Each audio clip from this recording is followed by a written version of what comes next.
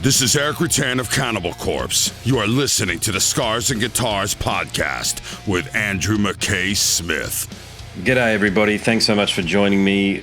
This is an episode that features a conversation with the venerable David Ellefson, formerly of Megadeth. Now the catalyst for the conversation is due to the Kings of Thrash Australian tour. There are 4 dates, July 12 in Canberra, the 13th in Brisbane, the 14th in Melbourne and the 15th in Sydney. I will certainly be at the Brisbane show. The premise of Kings of Thrash is to perform early Megadeth albums. I believe it's in full, so Killing is my business and business is good, and one of my favourite albums ever. So far, so good, so what? So, in this chat here, we certainly go there. And I want to make a couple of points before we dive in. David can only answer the questions that people put to him. Okay, he's one of those guys in that he's very polite, so he will answer the question.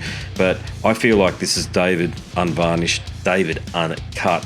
I've had a couple of interactions with him over the years, and we talk about it. He's very much been the company man, a representative of Megadeth. No longer, though, is he representing himself, and I love the fact that he's owning his legacy and the brand and band IP associated with Megadeth too, which is my final point. I notice that there's this trend of people to go online and say to people like David, hey, forget about the past, focus on the future, fuck off. David is one of those guys that has been around since the very beginning of the thrash metal genre, a bit like Gary Holt. He knows where all the bodies are buried. He has every reason, and he almost has a responsibility to own his legacy in Megadeth because he's as much a part of it as what the other Dave is, let's face it. So in this conversation here, yes, we cover it all. Here he is, David Ellefson. Hey there. What's going on, man? Dave, I'm really sorry about that. When I say I'm on the road, I'm at my mother-in-law's place at the moment, so please forgive me for the unconventional environment. And the all good, man. Dude, it's rock and roll. If it doesn't run a couple minutes late, something's wrong. Spoken like the true pro that you are, brother. How are you anyway? How have the conversations been going for this tour, man? Because you must know, man, we're really looking forward to it. Yeah, no, I appreciate it. Yeah, I've done a couple rounds. You know, I did some interviews for Dieth probably 6 weeks ago, and that was great. And then now, of course, John has picked up doing another round I'm going to do today. I just talked to you, my 4th one today, and then on Thursday I'm going to do another round of stuff. So yeah, it's fantastic, and just like you said, everybody's super excited about coming down there.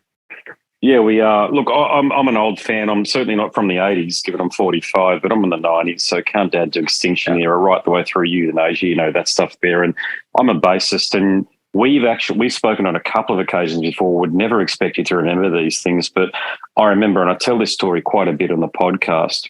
One of the first interactions I had with a rock star, so work with me here, was with you, and it was emailing you over a bass question when you're in F5. Oh, sure. We were talking about PV amplification, I remember we were talking about, and you were very civil, and I was just shocked to hear back from you, to be honest with you, mate. So, you know, you've always been a man of the people as well as a rock star, so there you go. Well, I appreciate that. And thank you for, you know, in those days, because obviously everyone loves you when you're at the top and doing the big gig. But, you know, I've done equally as many records, actually probably far more records, not in Megadeth.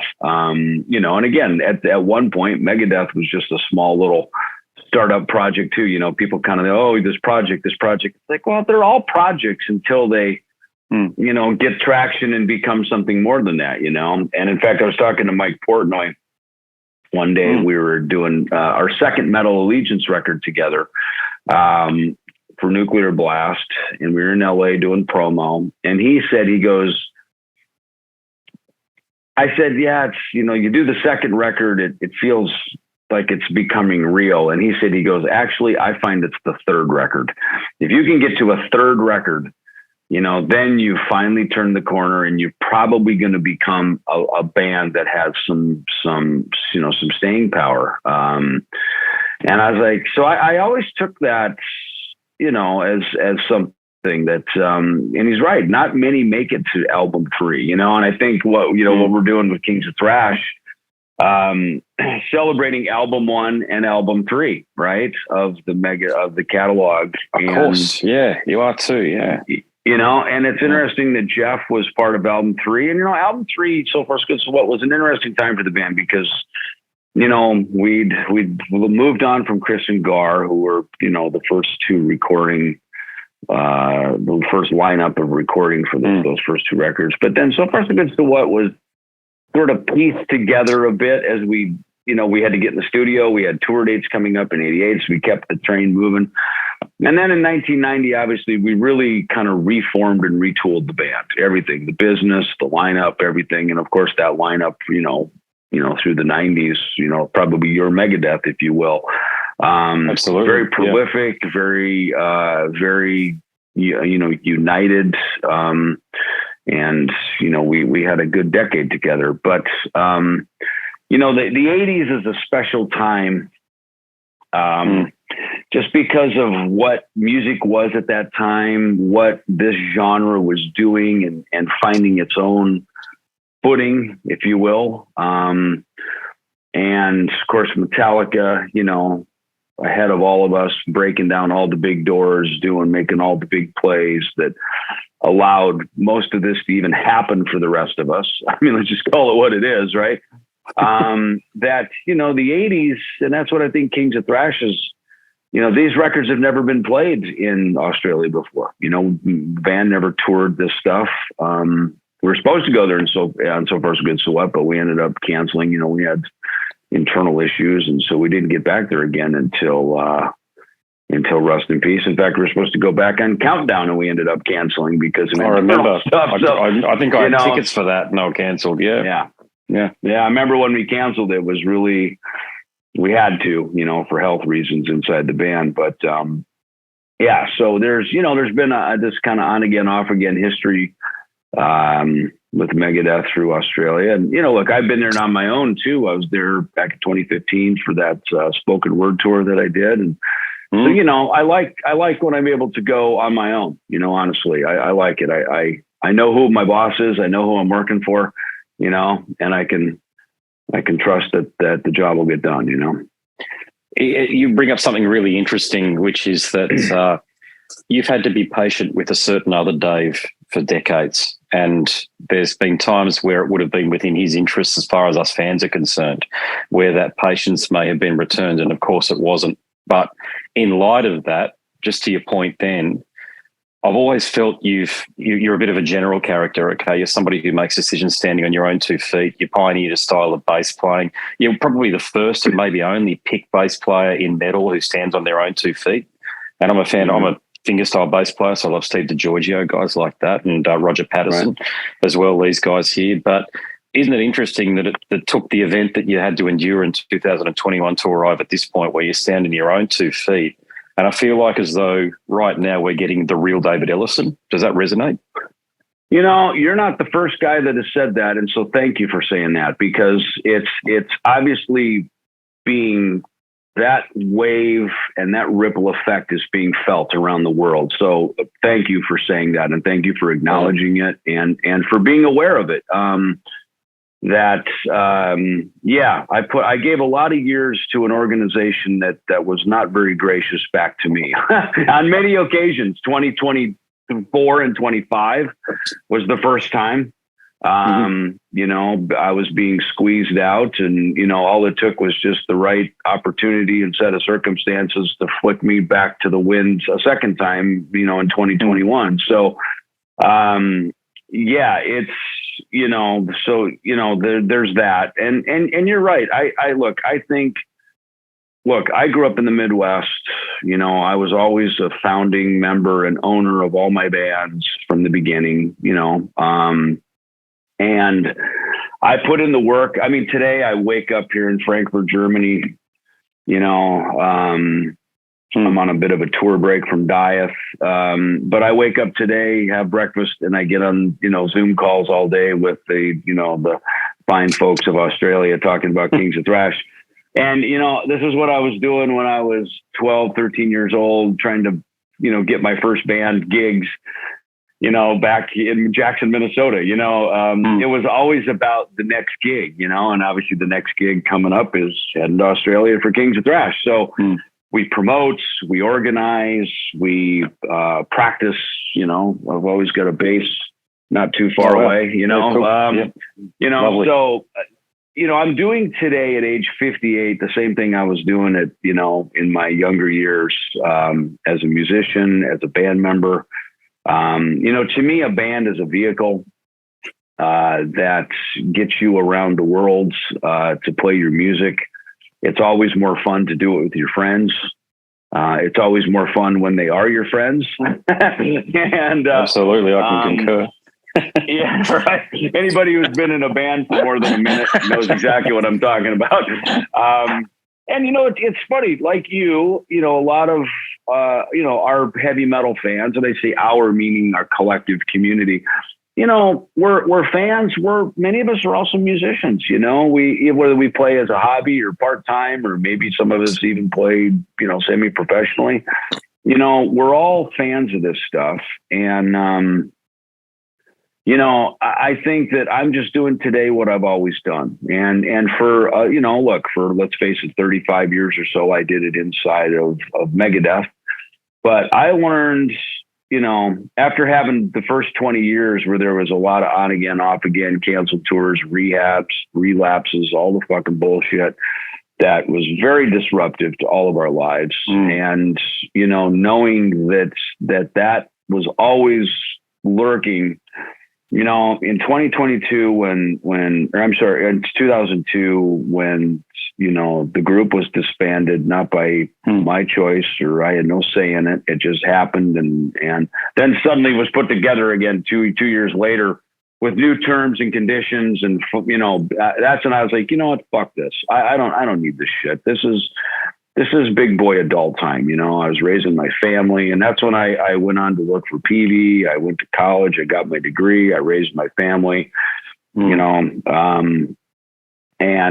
I had F5. I did other musical adventures during those years. I played with Ronnie Montrose. I played with Soulfly. I expanded my musical palette. And yet when it came time to go back to Megadeth in 2010, and I was only going to go back for a month, to be honest with you, because I didn't know, if I even wanted to stay any longer, honestly, Sean Drover convinced me. He said, just come back for a month. We really need you for this month. We're fucked if you don't. I mean, Dave's firing James Lomenzo, and oh, shit, really? Well, and he didn't deserve that either. James is a good man, and he's a professional, and he's a great player. Well, yeah, that's how I ended up coming back. There was a rift there. So I ended up coming back, and it certainly is a story that's been peddled to the media. That's all. Yeah, I know. It's all. Look, with Dave Mustaine. I mean, he only recently came out. Did you hear his comments about bass players recently? I think they're from a while ago, but they've just resurfaced and made Blabbermouth or Ultimate Guitar or whatever it is. But he said something like the bass is only one step above the kazoo.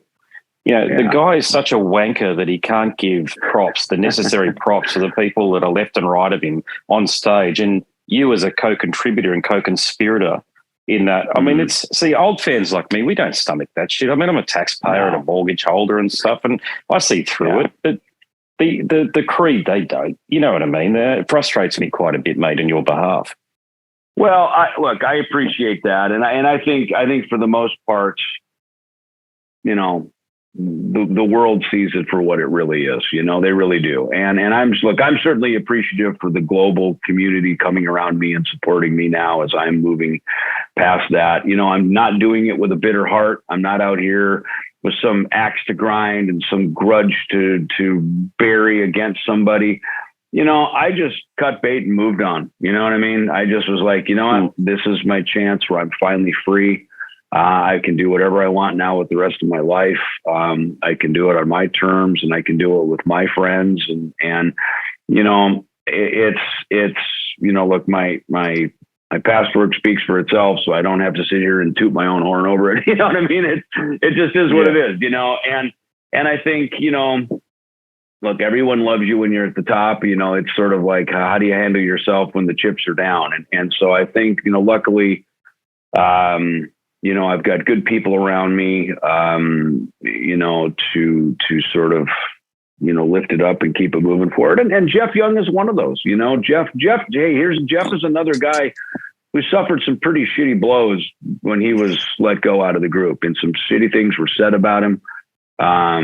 That, you know, I feel good in he and I working together. It at least for a minute gave him a platform to settle the score and say, hey, you know, here I am. I'm fine. You know, that I was unfairly treated on the way out the door, and to state it, be done with it, move on. You know what I mean? And now he and I are making new music together. We're reliving and having fun with the past music that we did. I mean, I got to be honest with you. I have a whole new appreciation for Jeff's playing. He and I, you know, back in those days, we would room up together, right? Two and two, right? So, and I spent a lot of time rooming with Jeff. We played guitar together a lot. I learned a lot from him as a musician because he was an educated, schooled musician from Musicians Institute. He's as disciplined today in his practicing and his craft on the guitar as he was 35 years ago when he was in Megadeth with me, you know. But you know, it's fun to have a musical counterpart and musical companion who helps me raise the bar on myself and what we're doing. And he's come in and he's learned Dave's parts, Chris Poland's parts, and to really study even So Far So Good So What, which I love that album. I mean, that was the first album that I was a co-writer on some stuff. It's got a great punk rock attitude. You know, I saw Generation Sex the other day at Grass Pop, and to see Steve Jones over there because Steve played on Anarchy in the UK. You know, he came in and played on that record.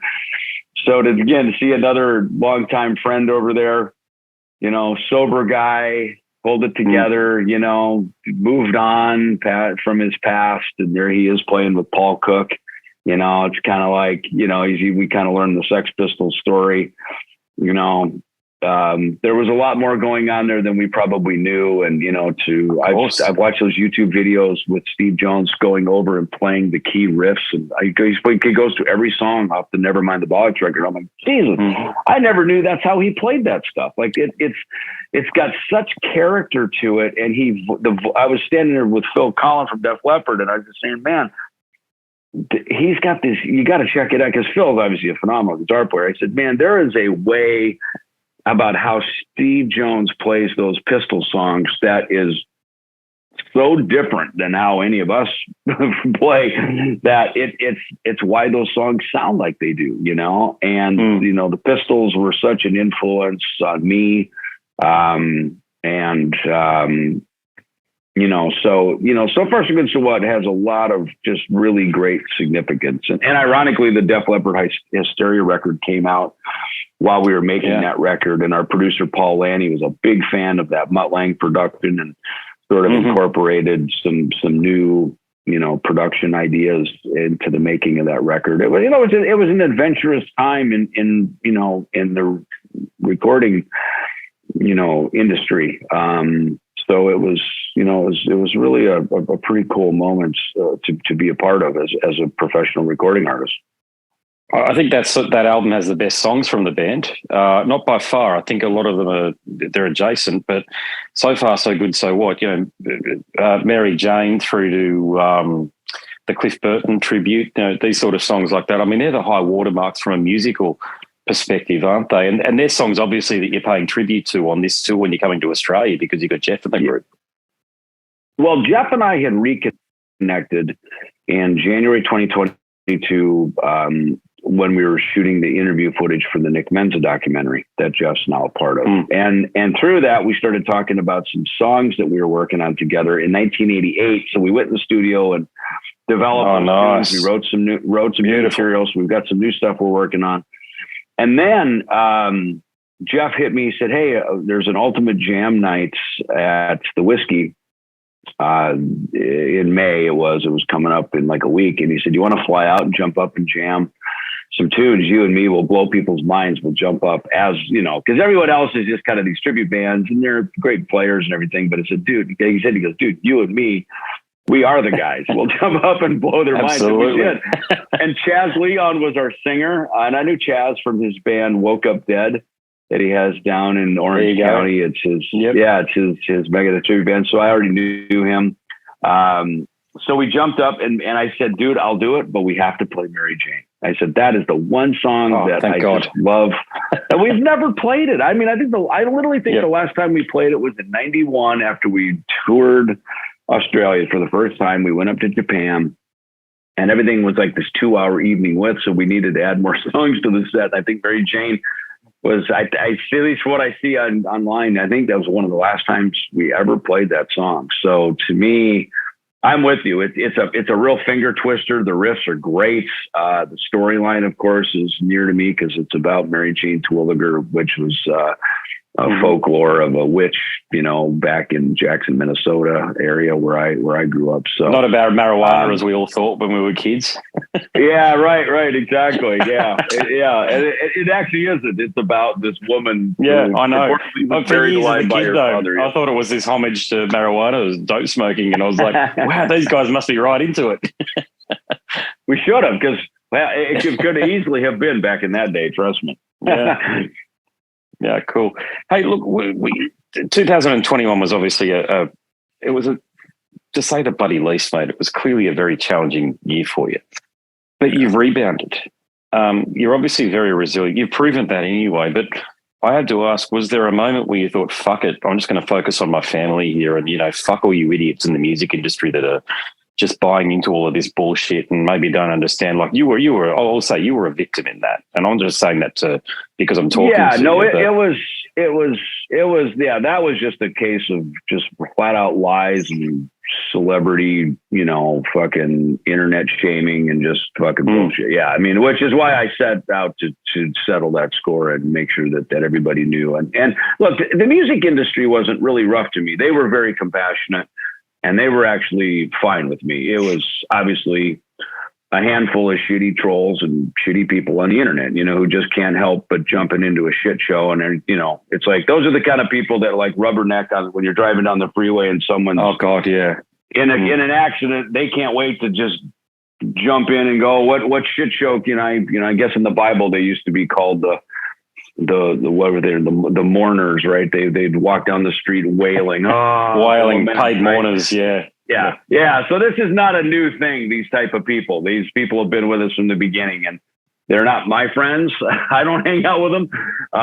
So they were the ones. Again, it's only a couple people who just tried to start a big fucking shit show. And I think honestly, the industry. I think what the music industry realizes, holy shit, we're all part of social media. This could happen to any one of us at any given time. Absolutely. And I think that was a big wake up call. I don't know why the fuck I had to be the one used to be the poster boy for that. Prove the point. Yeah. Whatever, let it be the cautionary tale that, man, and I told a lot of my friends, I said, man, these are not your friends on the internet, man. Be careful and take the precautions to protect yourself. And, because again, we're always taught, do more, post more, engage with your audience. It's like, fuck that and fuck you. It's like, because when the shit goes down, they are not there to help you. Meta and Twitter and none of these places, they are not your friends. They are not there to help you at all. So that's why, look, I have a team of people that deal with all that stuff now. And I make music. I travel around. I live in real time, in real reality, not some virtual reality. I love when my phone says your screen time is down. I love that. Like, to me, that's a beautiful thing, because that's counterculture to that whole fucking internet world. And it's, we know, look, it's nice to go on Amazon and have a package delivered to your house, and you and me can sit here in opposite continents and do an interview. So obviously it can be a useful tool, but as with any good thing, there's fucking shitty people who use it for wrong and use it for so I'm glad to have made it safely out of that, world and out of those waters, and very thankful for my fans and friends and really pretty much everybody who really came to my aid to support and lift me up and give me another chance to just get back out and do what. The only reason I'm famous is because I play music, So that's I'm hearing you. That's why I'm here, I just didn't think it was anybody else's business, to be quite frank with you. And that was the point that I made through my podcast, which was that whatever it is that you're going through, that's a very private matter that's been made extraordinarily public. And these fucking psychopaths and these trolls that enjoy getting off on people's misery, having a field day. The only thing that I knew on your behalf was that everything moves so quickly that within 3 months or so, it's not that it'll be ancient history, but by and large, the eye of Sauron will have shifted off you that had been on you for a couple of months. And I remember saying that. I remember saying that I really hope you're okay. I kind of knew you would be because I know you're Lutheran, you're a pastor, and you're a Christian, and I knew you could fall back onto those values when the going got really, really tough, and you could sort of pull through that. But it's really cool to see that you come out the other side, and I'm sensing a lot of fire and energy in you these days. Yeah, no, I appreciate it. Thank you. I mean, listen, it's the whole reason you and I are even having this conversation is because some years ago the good Lord said, David, here's a bass. Start playing the bass. I mean, why would a kid in the cornfield of Minnesota pick up a bass of all things, right? And, after hearing rock and roll on the radio, pick up a bass, start putting bands together, make my way to Hollywood. I look back, as they say, life can only be lived forward, but it can only be understood in reverse, right? So, as we all look back over our lives, we go, God, isn't it interesting how that worked out and how that worked out? And man, then they intersected with this person. And, and it all makes sense in reverse because it's this mosaic that we have to live forward in blind faith. That it's gonna and with hope that we're doing the right thing, we're going the right places, and we're connecting in the right way. So, that to me is just the journey, and that's what music has done for me. I mean, I've been given the best history and geography lesson with a bass in my hand of, getting to go to Australia, and this month I'm, going around Europe with Dieth. I mean, just the experience I've had, the people I've met, just all of this stuff is just, it's remarkable. All just from, the good Lord putting a bass in my hand, and I think that's one of the things I realized is I'm a connection person. I like to be connected. I'm okay being alone. I'm perfectly fine alone in my own world, but, no man is an island unto himself, and we're not meant to be alone. We're meant to be connected with other people, and connections is what life is about, because I love the Avatar movie. We all come from that same tree, right? the tree up to heaven, if you will, right? So we all come from that. We're all just, molecules from that. So we're meant to be together. That's what music does, right? Music resonates with each other. The concerts, being in the room together, we're sharing a common interest, and that to me, and even this interview, right? We're communicating with each other, right? It's just absolutely, me over it's here. It's a conversation. It's an exchange. Yeah, exactly. And music is a conversation. It's just an exchange of music and words and feelings and emotions put forth through the energy of music. And that's all we're doing is we're communicating with it. And then when the fans respond back with a cheer, a clap, or a tear, maybe something hits them emotionally in a way that brings out another emotion. These are all that's the response we get back to go, ma'am, we're on the right path. We're doing the right thing here. We're delivering the communication to each other. Something else though, I feel as though, just to add to the point I made a moment ago, you found your own voice. And what I mean by that is, like, even just talking to you now, I feel like as though I'm getting the real, not that I wasn't getting it before, but I understood you were representing an organization, Megadeth, but now I just feel like I'm getting David Ellefson. But the other thing, we hear you for the first time and you're singing. Now, I'm a singing bass player, and it was such a joy to hear you. And what I can say to you is that your voice isn't that different to mine when I sing. I use that sort of baritone, because you sort of, I almost say I'm a singer that pretends to sing, and that's how I sing. And I'm not saying you did the same thing, but you know what I mean. As a singing bass player, it's counterintuitive. So is that the first time you've ever attempted to sing in a studio environment for the purposes of releasing an album or a single? It is. First of all, thank you for that. And, look, we're all singers, right? Whether we develop the skill of singing, we at least speak, right? We're communicators, right? Our voice is one of God's greatest gifts to us because, and like the word says, the tongue is like a rudder of a large ship. It can either be used to build people up or it can be used to destroy and take people down. And so we have to be mindful of the things this little tongue says, but, to be given a voice to sing and communicate, look, I've my earliest bands, it's funny, Dieth, for instance, is a 3-piece, and my first band, we were a 3-piece, and me and the guitar player were the 2 singers. And I sang, I was an alto then, and then I hit puberty and I became a tenor. And then now in my older age, I'm definitely a baritone, and I can hit some of I'm kind of a high baritone, I guess, because I can still hit some of the lower tenor. Yeah. F, F sharp, G, depending on where my voice is at that particular day. But I think the right friends, the right story, the right song, the right setting, the right tuning of the band, the right key, it all just lined up for me to finally be able to have a song and a story that was right for me to sing. And you're right, that wouldn't have happened if I was still in Megadeth. And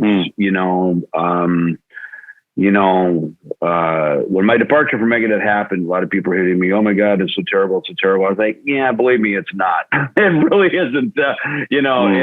I was ready for it, and I didn't think it was going to go down that way, but I didn't see that coming. But, the fact that it happened, I was not sad about it. I was okay with it because I knew there's another journey ahead, and that journey wasn't going to start until I was out of the old one. And, so like you said, yeah, when you're in a group, you're in a setting, there's sort of, you got to play company man. You kind of go along with the narrative that's been set forth. And, there was a lot of things, a lot of the narrative in that band that I never agreed with, a lot of that band was started on a grudge and a hardship of the firing from Metallica. That was never my story. I was always a Metallica fan, and I became friends with those guys. And I have nothing but gratitude for that group and those gentlemen for what they've done for all of us, and I think they deserve the biggest applause, So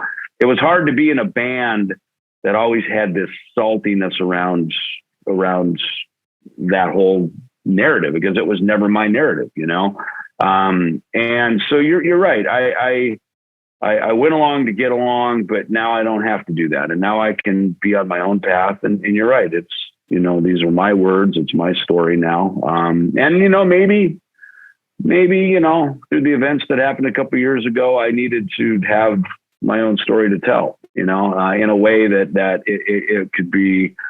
Because when you quit a band, everyone's pissed at you. They hate you. Oh, fuck you. You quit. You quit my favorite band, But when you get tossed out, well, and I'm not looking for the sympathy card. You don't have to feel sorry for me. You don't have to do any of that. But it's interesting that I guess the way it happened and it went down in a way that it was certainly visible enough, and on a level that it's sort of like, okay, well, what's going to happen next? And I just tried to be faithful to just following my heart, following the path. And fortunately I had a lot of great musician friends who came alongside me. Look, we had the Lucid record ready. Jeff Young, came back into my life, which now leads us to Kings of Thrash. I meant to tell you about that, though. I'm a huge Sponge fan. It's rare in Australia, but you and Vinny make an awesome combo, man. Isn't it unbelievable? Dude, I love Vinny, man. And I love Sponge, too. I think they are such a cool band. And he is just such a great dude, a great rock star. I mean, I've never worked with an artist who's clever in the way he's clever. I mean, he just really has he's got a panache and a style about him, man, that is unequaled. So yeah, and then it was his idea to work with Violent J from Insane Clown Posse, bring him. I mean, I would never have these experiences. Right. I feel like the last 2 years I've lived 10 years. I've lived a decade in the last 2 years of all the fun shit I've gotten to do and all the great new friends I've had. And I would have never had that if I was still in Megadeth, and I feel like I've just been jettisoned so far forward into such a great new path and a great new journey with just great new friends that I mean, for me, man, there's no looking back, and I am just thrilled to be where I'm at now. I feel as though Dave Mustaine has all of the talent in the world, but he's just never learnt not to be a jerk. Right from when he got kicked out of Metallica, even to when he did that Sedanga thing, and comments around about saying that members who replace members are the best ever members in the band, all this shit. No doubt, I don't know whether you're aware of these comments, because I wouldn't expect you to read the press of these things, because he's just a human, trombone in that regard, that he's very short route between what he thinks and what he says. But for you, as the bloke who was there beside him the entire time, I don't know whether you've been asked this question before, because I haven't seen it being asked, or certainly you answer it. But do you think he would have enjoyed the success that he has if you weren't there? From the very beginning, I'm talking about a right-hand man who could calm him down or calm a situation down, like the situation in Ireland where he mentioned the IRA thing, that sort of thing. Do you think that without you being his right-hand man, that he would have enjoyed the career that he had, despite his very obvious talents, let's face it? I don't know that he ever even enjoyed his own success. I watched that movie, The Art of Not Giving a Fuck, on an airplane trip recently, and I think that guy called it perfectly. I think he spent so much time focusing on what he didn't have that he completely missed all the gifts that he did have. And so true. And that's that's just me kind of piggybacking on what someone else said. And I know one thing, that band would have never happened had he and I not met that fateful day. And that is a fact. And everybody knows it. And that's not me tooting my own horn. Look, I wouldn't be here without him. He wouldn't be here without me. And that's the fact. And that's me being grateful for him, to be honest with you. Despite the shitty things that came my way, I'm still thankful for him. I'm still thankful for our journey together. I'm thankful for what all we did. Because the truth of it is we were just a channel, the music and the songs and that journey and the gifts and the people and the managers and the record labels and all the great things that came our way. Why would I drive to California on a whim, on a hunch I had at 16 that I followed through until I was 18? I moved there and I moved into an apartment, and he's living upstairs, right? And he's 6 weeks out of Metallica, really down on his luck, looking for what his next journey is. And I show up in town, locked and loaded, ready to fucking rock. And, we needed each other. I needed what he had, because he had been on a journey and he knew how to get through the doors that I knew I was going to have to go through. And he needed a right-hand man and a lieutenant and a soldier who was going to be fucking, loyal to him, So the story is what the story is.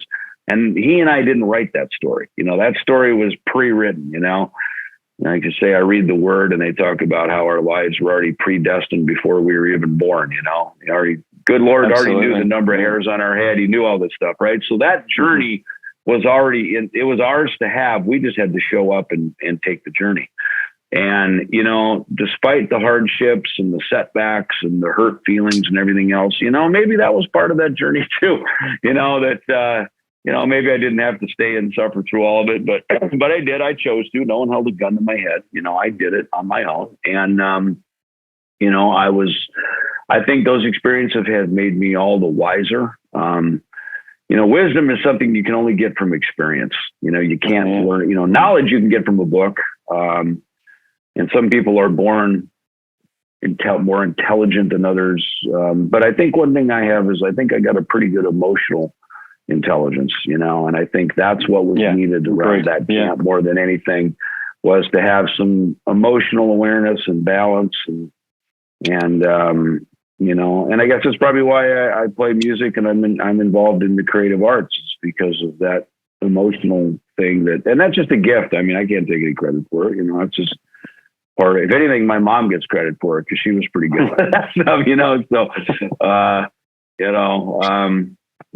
so it's, I just followed my path, man, even though when some people said, what are you doing? And why are you doing that? And I said, I don't know, man. I need to go through this, I need to go through this to get to the other side. And you can't go over it. You can't go around it. Sometimes you just got to go through it. Well, you've got an amazing resume, Dave. I mean, very few bassists have a resume that you've got in terms of the songwriting, the chops, playing in front of as many people as what you've got. I mean, for God's sakes, you play on Rust in Peace, which is one of the greatest albums ever written, regardless of the genre, let's face it. But in saying that, I feel like as though the present and the future are far more important for you. So what do you think, if you could cast your mind even further? I know you've got a lot of irons in the fire, but what do you hope happens? Well, you know, I'd like to think the best songs are still to come, right? Because they're sitting out there as energy in the spirit world, right? Yes. Yep. You know, we don't come up with them. They're not our original thought, right? They're inspiration that come to us as artists, as musicians. It's our job to be ready to let that notion pass through us. And what we've been given is the sort of skill, the aptitudes to form this energy into, let's call it a 3-minute song, verse, chorus, middle 8, chorus out, that makes sense to a listener. That's all we have. That's the gift we have. We, you know, the actual words and notes and all that stuff, that did not originate inside of us. You know, that just passed through us. And I've seen it happen with many of the other people that I've worked with, you know? And so to me, whether we're, you know, going to Australia to play some fun songs from our past that we can, you know, old songs made new, if you will, with a new spirit and a new heart of celebration, which is what we're doing. Or if it's, you know, the new song still up ahead that's ready to come into our lives that we get to mold and shape and record. You know, it took me a long time to realize that that's what the recording arts and sciences is about. You're recording a performance, you know, a performance, rest in peace, as you say. That was a moment. That was a performance that was recorded, and that recording lives forever. That performance is gone, right? That we did it once, we captured it, it's there forever. But we've now moved on from that, right? So that's the beauty and the fun and the arts and the respect that comes from recording, is you are capturing that moment to, you know, to it's just like a camera, right? There it is. Absolutely. That moment, that smile, that hair, eyebrow, teeth, shirt, whatever. There it is, right? That was the moment then, and that moment is now gone. But I have a memory of it that I can go back and it brings my heart back to it.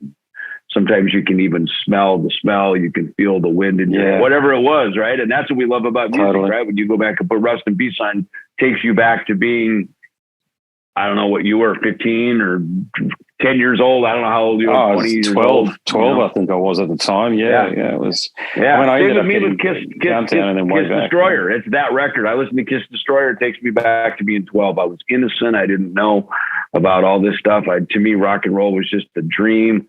I couldn't wait to get on the train and go experience it, you know, and it was, you know, even when I see Kiss perform live, it's the same thing. I go, God, there they are, man. And I know them now. I know them as gentlemen and friends in the flesh, but I still look at them and there's a part of me that I need that. I go, God, there they are, my superheroes, man. They're not even real, you know. It's like, you know, it's in makeup, in character. I'm just like, there it is. I remember, it takes me back to when my mom took me to see them at age 13 on a rock and roll over tour.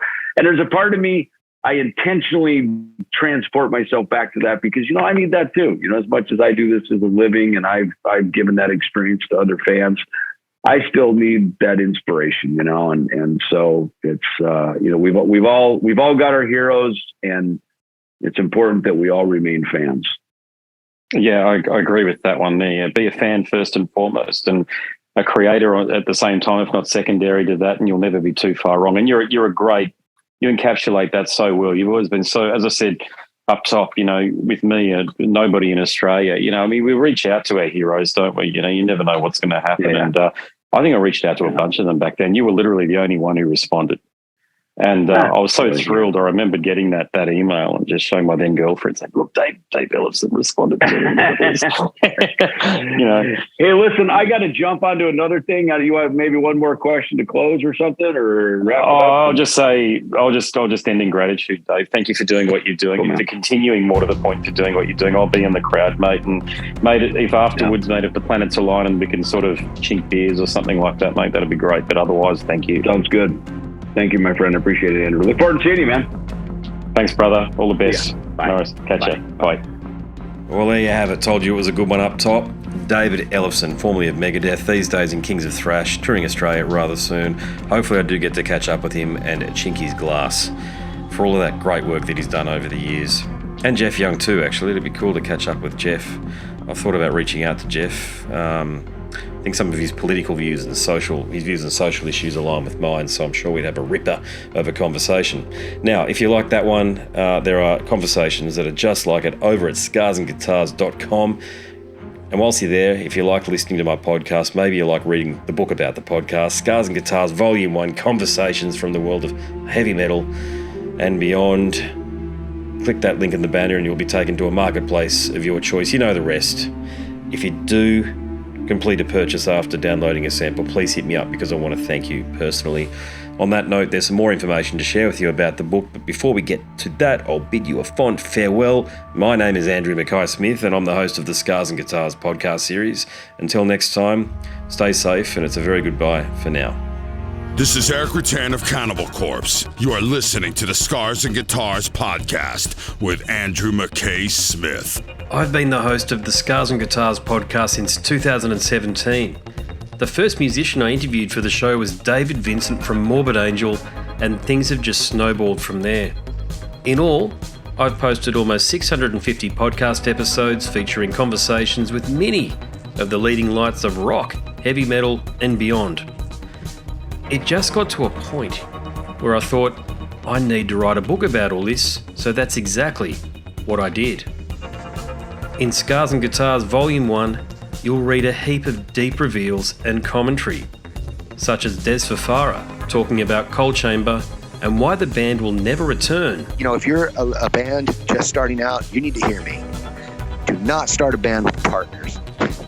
Ever. Yeah, wise words there. Sage advice, mate, for anybody. Don't ever, because I can't go do Coal Chamber right now unless I get others involved. Phil Anselmo talks about the episode in his career which gives him the greatest sense of accomplishment.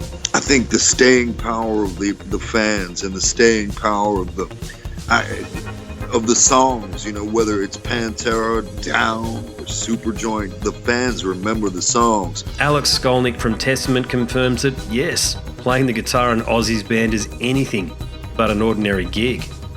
Will Silent Oz from Dimmu Borgir write a book? Pa from Sabaton gives advice to people who want to start a band. Look at the team around you. Look at the bandmates. If the guys want to be on the stage, then it's all cool. If the guys want to be backstage, then it's not going to be cool. Current and former members of Cradle of Filth discuss the band's seminal 90s material. Read about the reaction to George Lynch and Mark from Suicide Silence's comments when they throw shade at then President Donald Trump. We have this idiotic monster, you know, this egotistical, self-aggrandizing, complete piece of shit in there. I just can't understand how we've gotten to this place. And yeah, we kicked a hornet's nest with Sepultura. Percussive overlord Gene Hoglan talks about recording with Chuck Schuldiner. Chuck was always, he was very open-minded, and he was into having his musicians that were playing with him just reach out for the best stuff that they had. Phil Campbell from Motorhead discusses what it takes to get sober. John Five answers his critics who dismiss his tenure with Marilyn Manson. You know, my name is John Five, and Manson gave me that name, and I had some of the best years of my life in that band and learned a lot. And we get the lowdown on Treyarch Zagtoth from those who would know, including his mother. All across Scars and Guitars Volume 1, there are moments of tension, relief, tragedy, exhilaration, and throughout it all, you'll obtain insight that I believe no one else has managed to obtain from many of your favourite artists. So treat yourself. Scars and Guitars Volume 1 is currently available as an ebook with a print edition on the horizon. Follow the links attached and download a sample. I'm sure you'll be compelled to read the whole book.